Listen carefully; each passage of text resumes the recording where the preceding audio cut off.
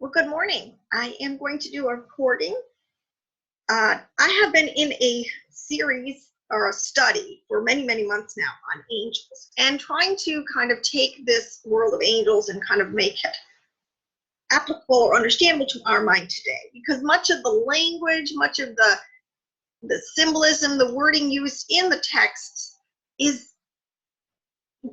it just sounds very, what is the word? Fantastical. But I am convinced that angels, that this world is extremely real, extremely current, extremely modern, and extremely the physics of what we are describing as the physics of the cosmos and the universe today. So people who listen to my channel, you know, I'm about the keys to the kingdom, the hidden mysteries, trying to unlock what is the arcane understanding and knowledge that our ancients had. And when they use words, what do they mean? Because I became convinced a long time ago what they are saying and what we're saying, or interpreting a lot in our translations, we are worlds apart. So anyways, I have just spent a wonderful week with a wonderful group of people from the Vero Essene Yahad at a called boot camp, which really was about a week of intense teaching. And I was one of the featured teachers at this boot camp where a bunch of lay scholars have come together who are deeply, deeply committed and immersed into the ancient texts, into studying and getting to the bottom and to the truth of all things of our Heavenly Father. So I did a whole series on angels, which I am going to try to connect with my YouTube subscribers because it's very important, and but I want to encourage people. I do want to just say that this ministry, the Vero Essene Yahad, I think is a fabulous ministry that is really coming into its own and above the horizon now. An unbelievable think tank and resource for teachings and material and texts and understandings, of which I believe a lot of us are delving into. Dr. Jackson Snyder, who is a wonderful scholar, many years, 40 years on the scene, so to speak, who has done some great translations that I recommend people check out. The Nazarene Acts, which has come back to us. He's done a wonderful translation of Enoch, First Enoch, that actually Steve Quayle picked up and has put it in his book on giants and calls it the best translation he has ever come across. So I would encourage people to check out this ministry, and you can just Google it, Vero Essene Yahad, because it is in gathering together members or people who want to access some of this information. Much research on the Essenes, the Dead Sea Scrolls, the early beginnings of Christianity, which we know has Jewish roots, all of the extra biblical texts. So there are a lot of teachers to access. There's tons of material. There's a great amount of just insight and research that's being done. And so I think it's a great tool for people who are really down this track. It is a great resource that I think you should bookmark and put on your radar. So all that being said, so I am going into a teaching on angels that actually is the 5th in a series, so it might seem kind of out of nowhere right now, but if you'll hang with me and receive it, and much of the backdrop information will be coming forward very soon from my channel and from the access on the Vero Essene Yahad. So with that all being said, let me get into this.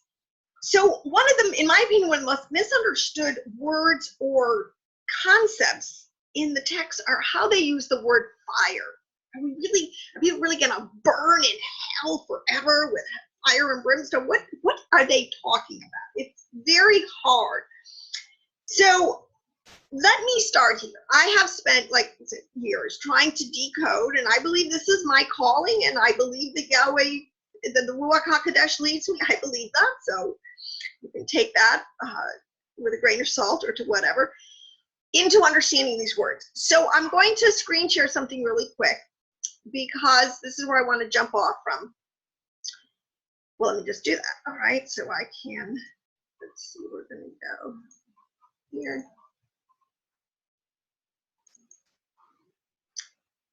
Okay. There are the scientists will tell you that there are 4 states of matter. You have solid, liquid, gas, and plasma. Now, it is my belief at this point that while these are the modern conceptual words used for 4 states, it is knowledge that our ancients totally had. They were totally on top of the cosmos. I believe, and you heard me say that our ancients, our patriarchs, were extremely brilliant men and women who had great longevity and obviously created civilizations that I think far rival anything we have today. But so let me go through this. You have a solid, a liquid, a gas, and a plasma. Now, if I were to take this and give them biblical words that are used, I would say there is earth. Okay, so biblically, you're going to type solid is matter, which is called earth. It's dense, visible materiality. Then you have liquid, which the ancients would have said called water. You have gas, which would have been equatable to air. And the last one you have is plasma, that this is the way the ancients are using this word fire. We are talking about plasma, which is and you listen, some people will say it's the first state of matter, some people will say it is the 4th state of matter, whatever. It is one of the 4. So what I'm encouraging you is to when you read in your text, and it is used all over, but we just don't know what they're referring to. We're talking about the 4 states of matter. These are the 4, and this is why 4 is such a critical word in the Bible. You have 4 archangels, you have 4 corners of the earth, you have 4, I don't have my list in front of me, but I have about 10 different ways that 4 is constantly coming forward as a word used, and it is a word that the 4 describing the cosmos that Yahweh has created, that we interact with, that includes angelic realms, but it is highly a denser, a more complex form of materiality from the 4th heaven, let me put it this way, the sun, moon, and the stars on down. And okay, so I don't want to lose anybody, but I did want to show that this is a basis of physics that I believe our ancients had. They just used the words earth, air, water, and plasma. When Yeshua said that he saw Satan falling from heaven as fire, he is referring to this law of thermodynamics, which this how do I say this elemental state, which is ionized gas, as seen as electricity. There's a whole category of the angelic realm called the fiery angels. So what I'm trying to say is we are not talking about angels that are on fire like cancer. They are flowing in plasma. They are elemental angelic entities. That plasma is their primary source of connection to physicality. So that being said, let me go back to this. Now let me read a couple quotes here. All the things that Yahweh has created in the lower realms. Now, in my teachings that I just did this series, I talked a lot about some of the philosophy or the theology behind certain concepts that are over and over in the Bible, in the text, where the writers are kind of preaching to the choir. They're assuming that their audience understands these things. So there are lower realms, upper realms. There is what the visible and the invisible domains. There is, this is why you have the 7. 7 is such an important number. You have 7 spirits of Yahweh, but you have different triads. Like this is where the Trinity comes up. The Trinity is a triad of 3. It's trying to understand or piece together a concept of the Father, the Mother, and the Son. The triad, the Elohim, the Ruach, and the Son. So these are these are, like I said, and I went in the other teachings a lot of greater extent explaining this, but understanding these philosophical or theological constructs goes a long way. So all things that Yahweh created in the lower realms are expressions of their spiritual roots, forces and divine archetypes in the upper realm. So this is the point when we read this in a lot of writings, as above, so below. What it's saying is that below is representing a form of physicality, even up to the fourth, because we can see the sun, moon, and the stars. See, so we know that there's physicality to this domain, and one above and five. So it's really 5 above and 5 below, because there's 10 heavens, 10 realms, or 10 ranks of angelic orders. And I go into great length in my beginning teachings on this. So that they all have a root in the invisible. And this is, the string. I call this string theory. This is why it talks about a silver cord. We're connected. There's this concept you read in the text sometimes. Because everything comes from the invisible realm into physicality, and it never loses its connection. It's like, it's zip lining, really, today. I mean, think about it. You start in one position and you're on a string, and boom, you go to a whole other location. It's everything. It's zip lining. I mean, if we could see this thing, it would probably be mind-boggling. So, in general, every entity that exists, an entity, I mean a living being, because my contention, everything that Yahweh created is living. He created a living, vibrant, intelligent creation. Let me at this point say that I believe the angelic realms, angels, are living beings, and they are repeatable, they're perceptible, they're knowable, they're intelligent, and they have volition, and these are what we call the cosmic laws of the universe. Unfortunately, we want to think that these are just like the Force, in Star Wars, like something that just operates, but doesn't have any intelligence or volition. And this is where we disconnect with the ancient world. And this, understand, explains all the way down the pipe where you get into Elohims and gods and other entities that would be worshipped. All right? Because angels are living beings that Yahweh Elohim created, sons and daughters of the living Elohim that are in different dimensions, having different functions, different ranks, different categories, and these have volition. Okay? Just like we do. I mean, how could you have Hasatan or Lucifer fall from heaven because of a transaction, because of an attitude he copped, if he didn't have volition to cop that attitude, so to speak? So we have these angels, but it also says, in general, every living being that exists in the realm of holiness has a corresponding entity in evil. This provides an opportunity for man to have free choice. Now, one of the main theologies that we haven't really, well, I don't know, maybe people have or not, maybe this is all new information to be unpacked, is this concept of the left side of Yahweh and the right side. He talks about his right hand and his left hand, right?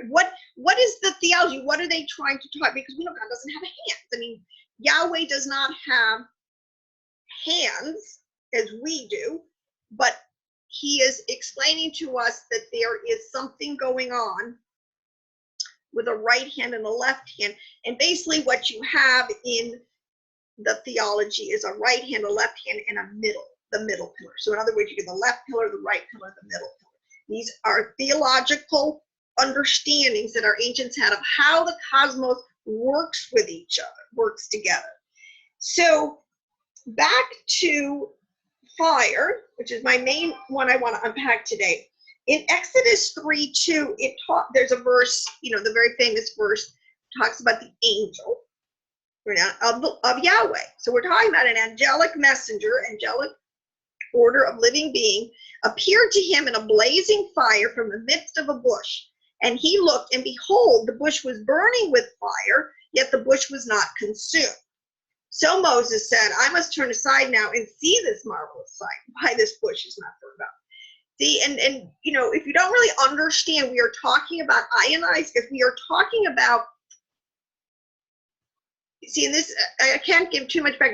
An angel that is a fiery stone, which is another way that a fiery angel, this angel is operating out of the state of matter called plasma, ionized gas.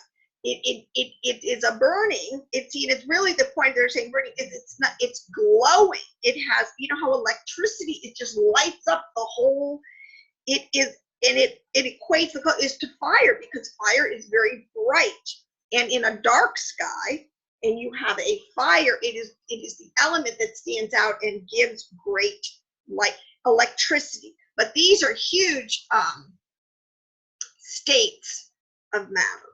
I hope. Now, I'm not a scientist, okay, so I'm not really going to pretend that but what I can say is I can connect the dots. I have enough intelligence to understand that we are not talking about all sorts of different cosmos. There's one cosmos that our creator made, and we're all in it. You know, every living soul is in this cosmos, has been in this one cosmos.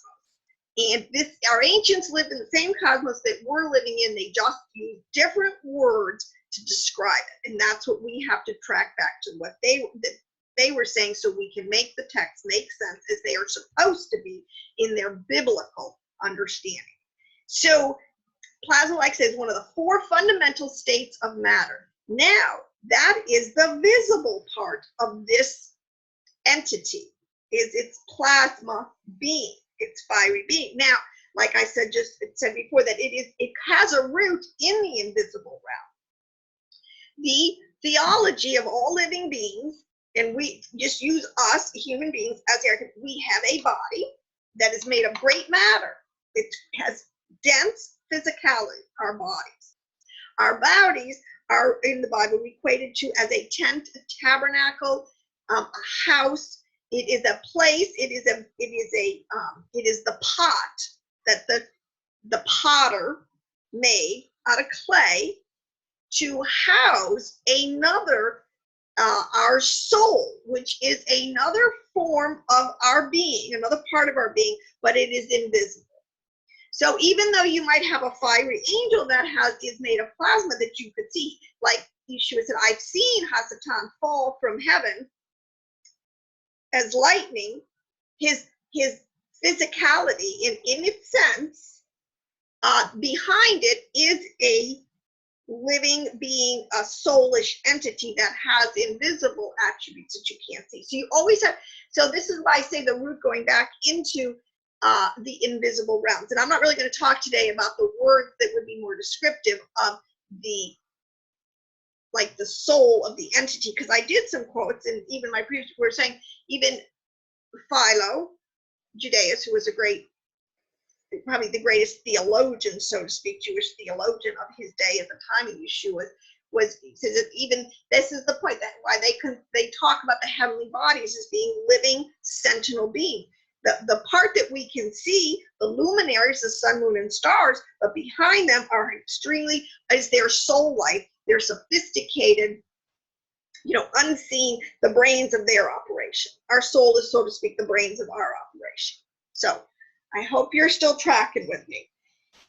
So this is another verse. So this is the point, because in Psalm 11:6 it'll say, upon the wicked he rains snares, fire and brimstone and burning wind.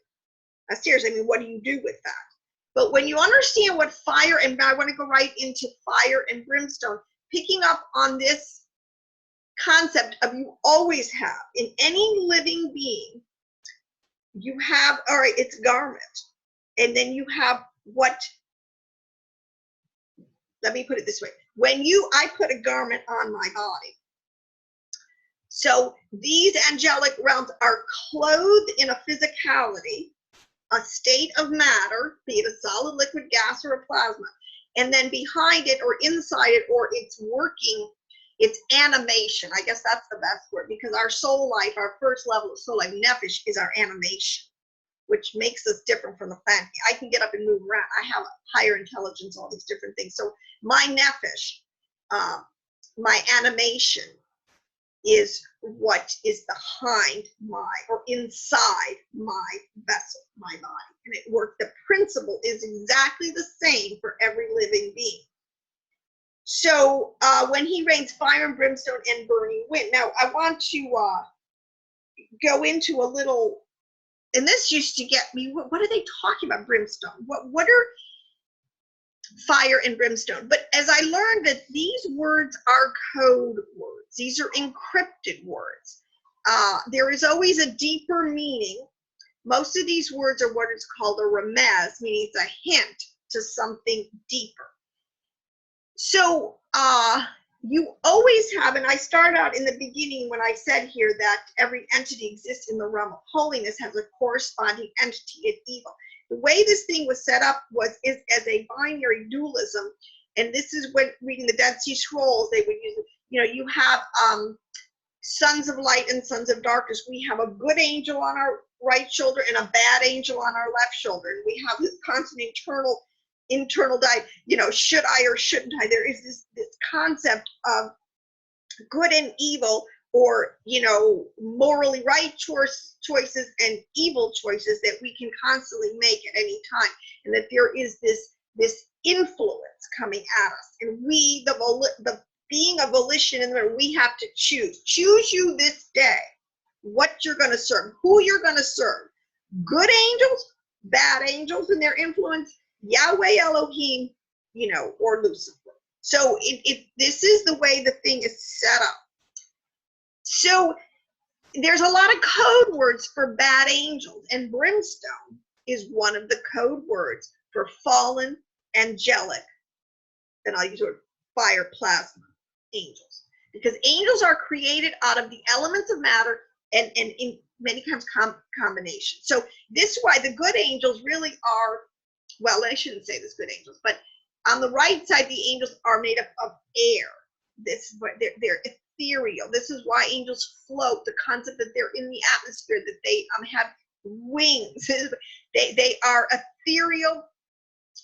They are made out of substances that are beyond or way higher. Oh, I'm really sorry about that. And they have, as opposed to angels of fire, as opposed to water. See, this is what I get, because when it talks about things in the sea, their angelic realm. See, what we have to understand is a lot of the times we're not talking about the first level understanding of our water. I'm not talking about the seas in our ocean. It is a word that then morphs into a sense that there is a dimension of water where there are living beings. It's just the way it is. So if everything, because it talks about that everything on earth, under the earth, these are different, and in the sea is going to bend the knee and to praise him. Ultimately, when this thing is wrapped up, well, you can't be talking about literal fish that you're going to catch and eat for dinner, because they don't have volition. Fish don't even have knees to bend. I mean, seriously. So these are words are going deeper and deeper, just trying to carry forward concepts and theologies that we need to understand. Oh my gosh, I know I'm going to get lost. All right, sulfur. Brimstone, see, okay, so this is an interesting thing. All right, I'm going to try to explain. On the left side, when it talks about fiery stones, it talks about in Ezekiel that Lucifer was walked among the fiery stones. Sorry.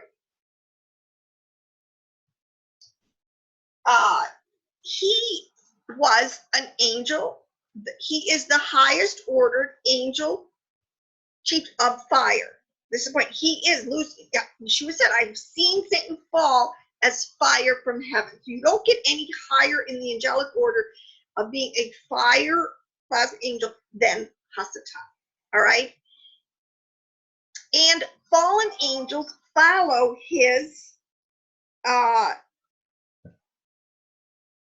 offspring. So if I'm an offspring, if I have a baby, I have a human baby. So if, quote unquote, gets into, so the fallen angels that have followed Hasatan into his whole down and into his whole army, his host, they are always referred to as fiery stones. Now, brimstone is an enemy, which means sulfur. So I'm trying to, okay, sulfur is another word for brimstone.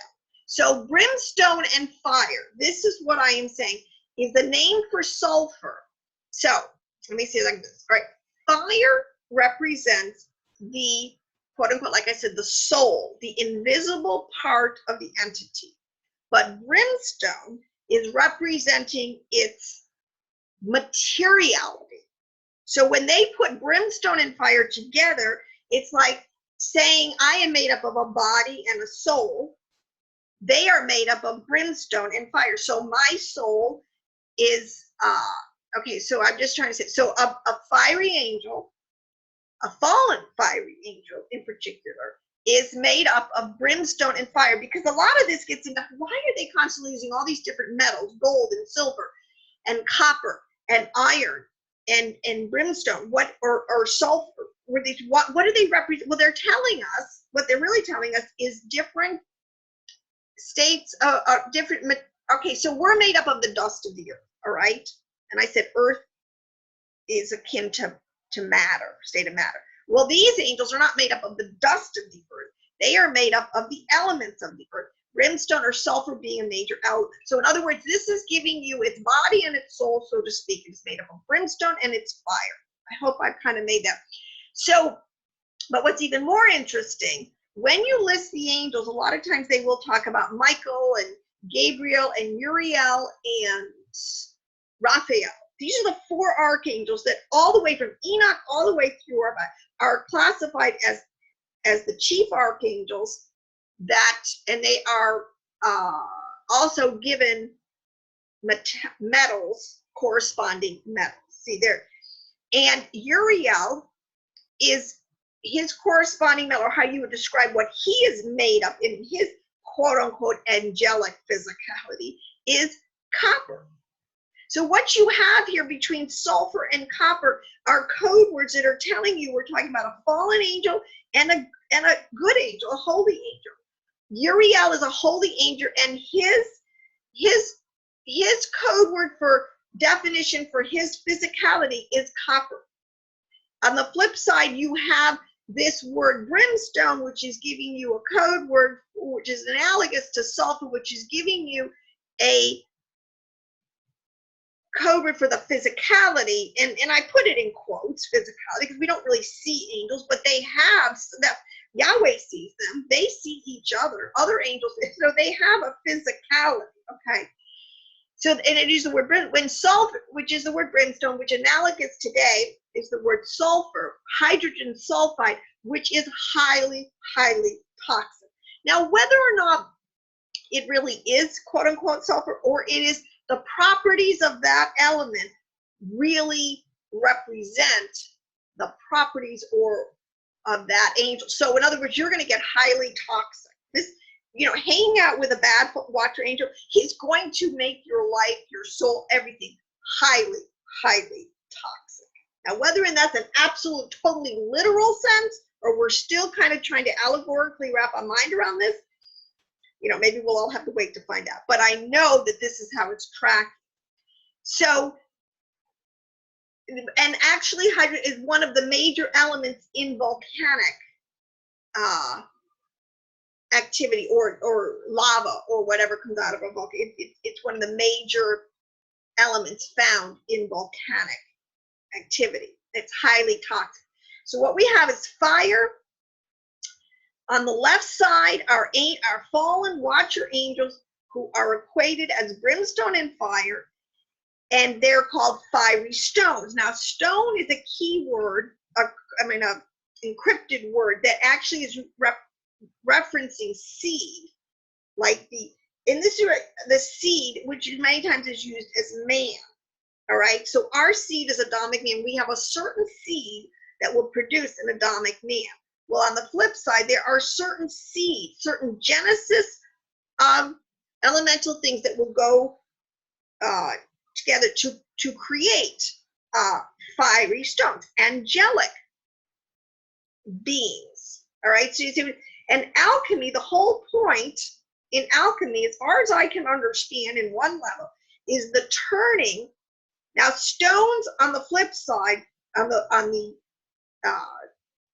left side, of the bad side of fallen angel, refers to a profane man, a fallen man, a man consumed by the dark side, the left side, who is in the camp of Hasatan. All right, but alchemy turning stones, which is highly allegorical in its sense, into gold. All right, now gold is the highest, you know, I mean, of the most purest, highest, precious, scarce element. So when angels are equated as gold, you are talking about the cream of the crop, cream de la creme of the angelic word, gold. So in alchemy, a lot of what we're talking about here is turning a fallen stone, a seed of man, into a profane man, into gold. Gold represents, is in this sense, so we're hybridizing this man. So this profane stone is trying to become gold stone, all right, so to speak. And so what we're talking is a process of hybridization, exactly what Nimrod did. This is the whole point, where he changed himself, if he was born fully Adamic, through, and if you know the story, and he was given the garments, and he says he changed, and according to the writings of Gilgamesh, which many people believe is the writings and the story of Nimrod, he turned into 2/3 angel and 1/3 man. By the time it was all said and done, and that gave him, he was again the first hybridized ruler over the nations, who used his additional, now 2/3 angel abilities and strength. So really, it's making an X-Man and using the power, so to speak, that you get in this to always to control and dominate. And so this is sort of, in my opinion, this is what we're talking about. This is the way the words are encrypted in deeper level meanings to be used and to be understood.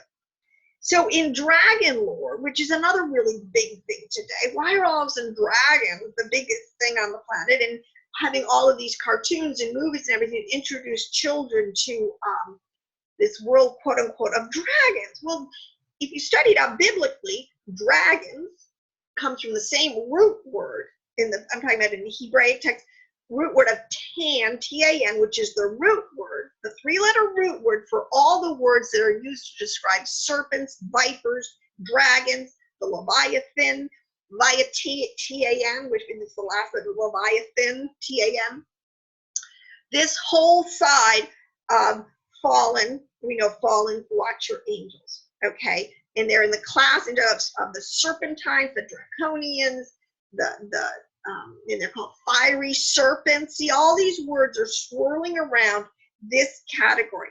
And what we're talking about here with the dragons, and this is the whole point, when we understand how these words are being used, you have the fallen, a hybridization went on with the Nakash, who was a burnished, glowing, other words, when you study other words, he was a fiery angel, enticed Eve. She is a female. The waters below, waters is a word that is usually, that references, we're born of water, of the elemental particles. There's a combination in us of earth and water. Let me put it this way. Our body, the miry clay, it's miry because it's soft, it's spongy. And we're 98% water. And that's what they say, right? I think that's what it is, 98% water. So we are water and earth, matter. That makes us our body. So if you were to combine a seed, like Eve, so to speak, that is water and earth, with fire, which is, in other words, it's a cherubim. Those are the fiery angels. They're male. These are, so a fallen watcher, fiery angel, male cherubim, cohabitating with a female made up of the waters below, because we know there's waters above, so that's a whole different thing. You end up with, and many times we've ended up with Canaanites, Nephilim, demons. This is what's going on. We're talking about a hybridization. We are talking about a hybridization. So so a lot of the way these words are used and what we're kind of talking about. See, so when so let me go back to this. So we have a definite, because from what I see in the ancients, they used about 7 different categories of words to describe all of these different relationships. Because bottom line, we are talking about realms we can't really see, but we can see their effects. You have architectural, and I've been architectural, vegetative. Here we have metals, elements describing, there's about 7. Foods, this is another one, right? So let me just go through this real quick. So the man in Daniel 2:43, who is made up of iron and clay, the feet of, and see the feet, by the time you get to Nebuchadnezzar, what he's really describing there, on many levels, there's many levels, but one of the levels is he is describing all of the angelic realms and how where their geography and their location, because a lot of the direction, like north and south, east and west. These are code words also for directional, like where these things reside in the heavens. There's geography to this. There's so much we can learn and understand. But iron and clay is really, the clay is the man. We know we're made of miry clay. That's a code word for man. We are made up of water and earth. And iron is representing an angelic. This goes back to the sulfur, the brimstone. The iron is a Canaanite. Iron is a code word that refers back to Cain and to his seed. That you have the seed of the serpent and the seed of the woman. This is really another way that they're going to be saying that there's going to be great mixture in this last, in the feet, which represents, again, the feet. Where are our feet? On the ground, in total materiality. All right? You can say your head's in the clouds. What's the way of saying, you are in some ethereal, you're in some heavenly realm. You're thinking heavenly thoughts. Well, if you're talking about your feet that are on the ground, your boots on the ground. You're talking about things that are happening in full materiality, the things that we hear, see, touch, taste. All right. So iron and clay is iron, Cain and clay, me. So we have the seed of the woman and the seed of the serpent. Basically, that's what those words are describing. You have another way is fire and blood. Blood is another word that equates to water, that equates to Adamic man. But when you mix fire and blood, you're talking about angels of the left side cohabitating again with Adamic. So you have 2 different species, because if you read Genesis 1, you're really talking about living genosis, and everything was supposed to reproduce after its kind. I've been through this a couple times, that what we're describing in Genesis 1 is truly all the different angelic realms, from the most ethereal, absolutely the purest essence of Yahweh, all the way down to literally boots on the ground and the other races and species that so enough of that all said. I don't want to. So, but back to the metals, iron, copper, silver, gold, lead. These are all over Enoch. These are all over our texts. I said, why are they bringing in metals? And really, what does that have to do? But now I'm beginning to understand, and even in the science of this, that these metals are conductors. A lot of these things, because it's all electromagnetic. We're talking about 4 states of matter that interact with each other constantly, and like water can change physicality. I mean, water can be solid, liquid, or gas. I mean, it can be a vapor. You can get, so this is the point. These metals, iron, copper, silver, gold, lead, and I know the translations, there's 7 of them basically, and they struggle to find the right word. But they are conductors for angelic hosts. That's how they move in and out. I mean, we have to think there's very logical, these angels are zip lining. We're zip lining all over. It's just really amazing. So let me just say a last point on this. So let me just give a couple more, like Azazel. It says in 1 Enoch 10, I think it's 18:8, Azazel, and those who have been assigned to him. Okay, so Azazel is one of the fallen watcher angels, Genesis 6 story. Azazel, those who have been assigned to him, being born of the stars and clouds. So here we have what's saying stars is another word. The luminaries glow. The luminaries are really nothing but bodies of plasma. All right. And so you have this, they're angels, and they have a physicality, and they have an, I'll just use the word spirituality, a soul life. This is what the play is, what all the ancients will tell you. And so they are made up, if it's telling you, they are made up of fire and air. This is the testimony. So we can unpack some of these things.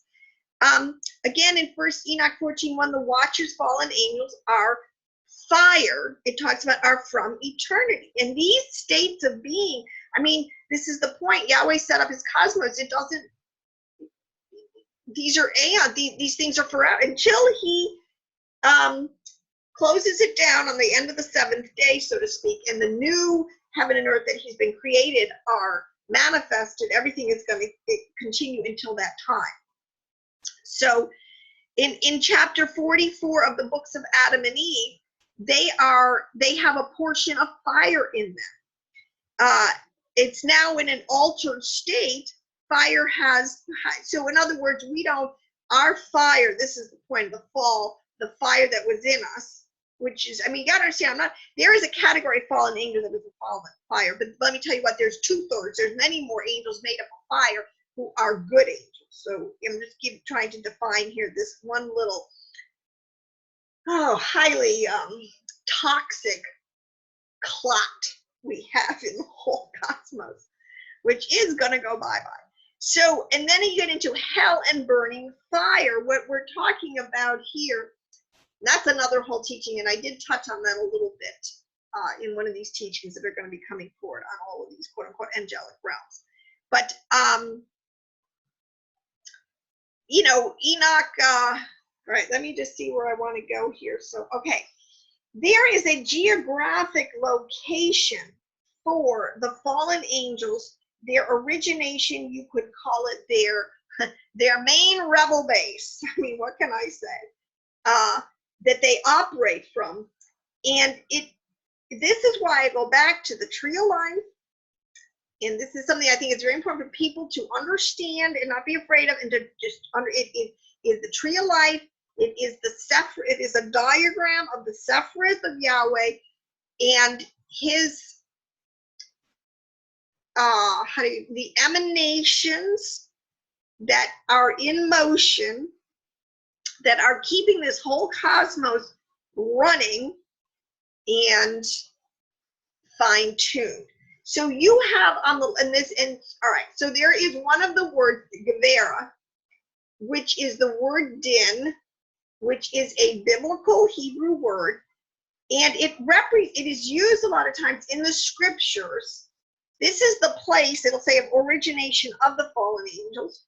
This is where they, like, again, best say it would be sort of their rebel base, so to speak. But you can't be thinking like Star Wars, and I don't really think, you just have to just try to keep it, ask Yahweh to give you mental mind images and pictures of how to keep this stuff away from profane, you know, because today they're really trying to I just want to say this, to retool our brains. Remember, your eyes are like barcodes in your ears. So when you see and hear things over and over, it's something, it's going to get ingrained in you. You're going to pick it up, and this is what learning is. You see and you hear, and eventually you come up with a body of knowledge and building blocks of all thoughts. And they're trying to re-educate us about all of this biblical concept that is in our text, in like the Star Wars and you know, Star Trek kind of world. And I think you have to be very careful. You have to try to keep your mind as pure as you can, and just deal with these things in an abstract theology right now. But anyways, the left side of Gehenna on the tree of life is a Sephiroth, but in here it is used, referenced with many code words, and we don't know that this is what they're doing. So I'm telling you, this is what they're doing. The heavenly court, because one of the main concepts of the tree of life, I was trying to tell you, is that Yahweh has two sides of the same coin. All right, he has the right side and the left side. Take a coin, and it has a middle to it, right? You flip it over, you get what is known as Hesed. the loving kindness and the tender mercies of Yah. He is a loving, he is a kind and tender and merciful. And he would rather really always operate with his creation out of that mindset. Mercy, forgiveness, patience, loving kindness. But on the flip side, on the left side, there is a whole other side of the coin. Because of free, if people or whatever in creation will not toe the line, so to speak, he has set up a way in which to chasten, get people's attention, in other words, the policeman. So if you break a law, if you refuse to operate yourself out of loving kindness, out of mercy, and you do wicked things, and it talks about all the parents, you get thrown into jail until you have paid the last farthing, until you have either totally repented, come to your senses, or you have paid the full sentence for that violation of Yahweh's Torah. I hope you can try with me. This is called the left side. He has made angels of fire. These are called many times the punishing angels. These are not the angels that go forward that will execute judgment on Yahweh's behalf. That is their role. That is their makeup. And they are the fiery angels. And that's why that literature, a lot of those words are associated with the left side. It is the heavenly court. And on this side, it is called the justice and the judgment of Yahweh. In other words, if you won't do the right thing, and he has ways, entities that will, they're going to prod your butt to get you into, if you will heed, back into alignment and harmony. You have a left side and a right side. You have a side, finally, where, it's like anybody, if you won't listen to reason, sometimes you got to go to the next extreme and use a little pressure. And the pressure we feel, and basically this is good energy and bad energy, and it manifests itself in many ways. You have the left side where he has ways to put pressure on you to get your attention and hopefully get you to see it his way and repent and come to a wholesome way.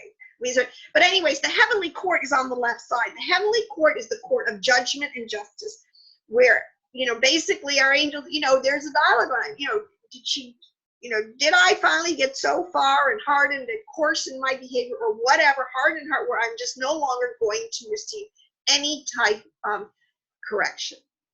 We have to go to the heavenly court.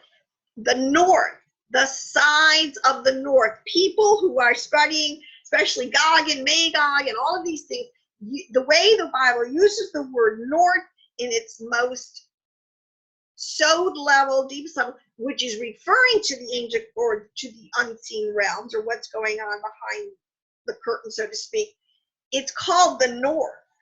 And you better make sure in the context of your verses, are you interpreting or understanding correctly what is being referenced here? We are not in geography on the earth. When you're talking about the Sephrith of Gevera and of Din, we are in heavenly abodes, okay, where this thing originates. We're in the invisible realm where judgments are made and decreed, and then boom, it comes down the pipe, all right? So you need to really, wow, we're getting some very strange screen there. Okay, the sides of the north.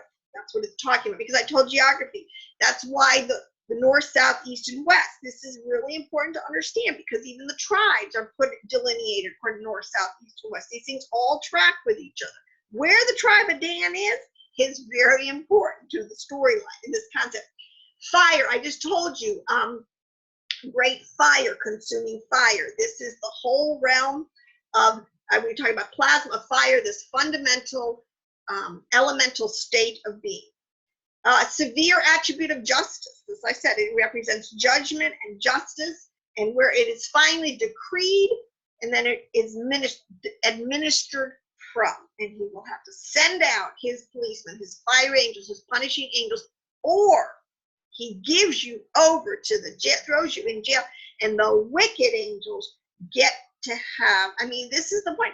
When someone is turned over to Satan, this is what it's talking about. You are totally given over to the fallen angels, and now you're their toy to bounce around. This is the deepness of this stuff. We need to understand what we're dealing with. This is not child's play. The serpent, that's another word. The serpent, the Nakash, the fall, It all originated from this area.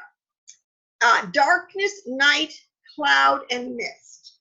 Okay, the left side is the light side. The left side is the side of darkness. Now he separated. Remember, in the beginning, he separated the light from the darkness. Now, not all darkness is bad. Darkness is actually like I said, there are many holy angels that reside in the left side in darkness. They're represented that way, and the light, the right side, which is this light. He separated the light from the darkness. Night and day, cloud and mist. Cloud, and then in actually an archetype in the altar, because we're told that everything that Moses instituted to make below is a representation of something above. As below, so below, as above, so below is the bronze altar. So we begin to understand how some of these things are used in relationship to each other. We can begin to see. Oh, I'm sorry, this is just a crazy screen right now. I don't know why or how it's happening, but bear with me. So I want to go into some of the other things I have to say here. The third heaven, the third celestial heavenly sphere is pervaded and filled with fire and flames. This is a lot of when you read, this is from the Zohar, because the Zohar has a lot of this understanding with the encrypted understanding, which is where they kept a lot of this information.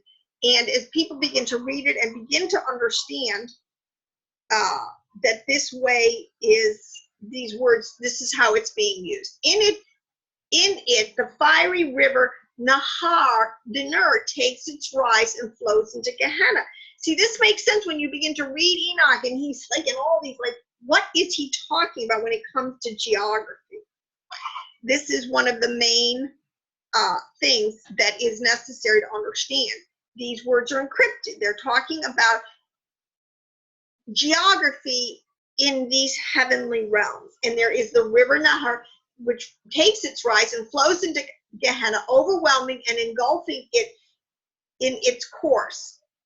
Those mortals whose lives on earth were given up and addicted to evil and wrongdoing. Over these are placed destroying and tormenting angels, also accusing angels who, however, have no power or influence over Israel or a righteous Zaddik, Kodesh. This is why, when they repent or do what is just and right. So in other words, it says it behooves you, O man, to do what is right. He loves mercy and justice. And if you don't, so the abode of their chief is on the left side of this sphere in which darkness prevails, as it is written, and darkness was upon the face of the waters. It is also the abode of Samuel, the angel of darkness, that great transgressor. That's really everything I just told you, and that is from the Zohar. This understanding has been reserved, truly, for the saints of the last days, because really everything's coming out of the woodwork. We need to understand what we're dealing with. And when it gets down into the end of the age, and the language, the text, when they're trying to describe the end of the age, when we understand properly more the physicals, the metaphysics, the invisible, and the physical, we can begin to picture in our mind 100% more accurately what we are talking about. This is from a text called On the Origin of the World. And their heavens will fall one upon the next, and their forces will be consumed by fire. Their eternal realms too will be overturned, and his heaven will fall and break in two. He, his, lacuna, will, or ... will fall down upon the ... support them. They will fall into the abyss, and the abyss will be overturned. Now, actually, from everything I've said, we could probably decode this in a way. Think we're talking about angelic realms. Heavens will fall, because when he says that the heavens and the earth are going to fall, you know what? I'm sorry. I am going to have to. I'll have to call you back. Tell Sarah too. somebody's been trying to get a hold of me. I know, just tell her I'll call her back. Thank you. Oh, I should have turned my phone off, and I didn't. Now I'm paying dearly for it. So sorry. But back to this idea of the end of the age. This is what we're talking about. The angelic realms that have these fallen angels, because he's basically going to corral them and round them up and get them into certain spheres of dimension where he is literally going to, this is what it, when he's going to roll up, he says he's going to roll up the heavens like a garment. There's so many different ways that this is all talking about how these heavenly angelic realms and the beings that inhabit him are going to be overturned. His heaven is going to break Hasatans, and it will fall down upon, and it will fall into the abyss. So in other words, Yahweh has a way that he is going to literally, and I can really kind of see this through magnetism, that, like attracts, that he is going to corral them, he is going to bring them into a sort of a geographic thing, and he is really just going to wipe the slate clean. I mean, there is a way that this thing is going to happen in its physicality in both realms that are seen and unseen. And it makes perfect sense to me, because he says the sun and the moon and the stars that are going to fall, he's not talking, again here, we're not talking about the literal sun and the literal moon. Don't get, it's going to fall on us. See, and this is why they make fun of us. I have heard, I can't remember what his name, one of these science guys, not Bill Nye, but another one they always use, laugh. And, oh yeah, the Christians say, yeah, that have the sun and the moon is going to fall on the earth. Like, yeah, right. No, allegorically, these are talking about runaway angelic luminaries from the fourth heaven and on down that are going to fall. They're placed here, because this is, Satan fell from the second heaven, or the top heaven, actually we'll call it the ninth heaven, on down, and he is falling still. They're all just falling and falling. I mean, I guess you could say this is what we need to understand from being able to function in very higher levels of angelic beings. See, and this is part of the question. And they're just coming down and down into denser and denser and denser materiality, into a place down at the abyss where finally, I mean, you're just going to flush the toilet. I mean, it's just where all the dredges are going to end up. I mean, this is sort of all the analogies, the parabolic things. This is what is trying to be said. Now, I don't know if I did a good job. I mean, maybe I didn't do a great job, but I'm trying to wrap my mind around all this and just sort of impart a little. In the Bahir, which is another highly, it's a Jewish mystical text. It's a wonderful text. You can get it online.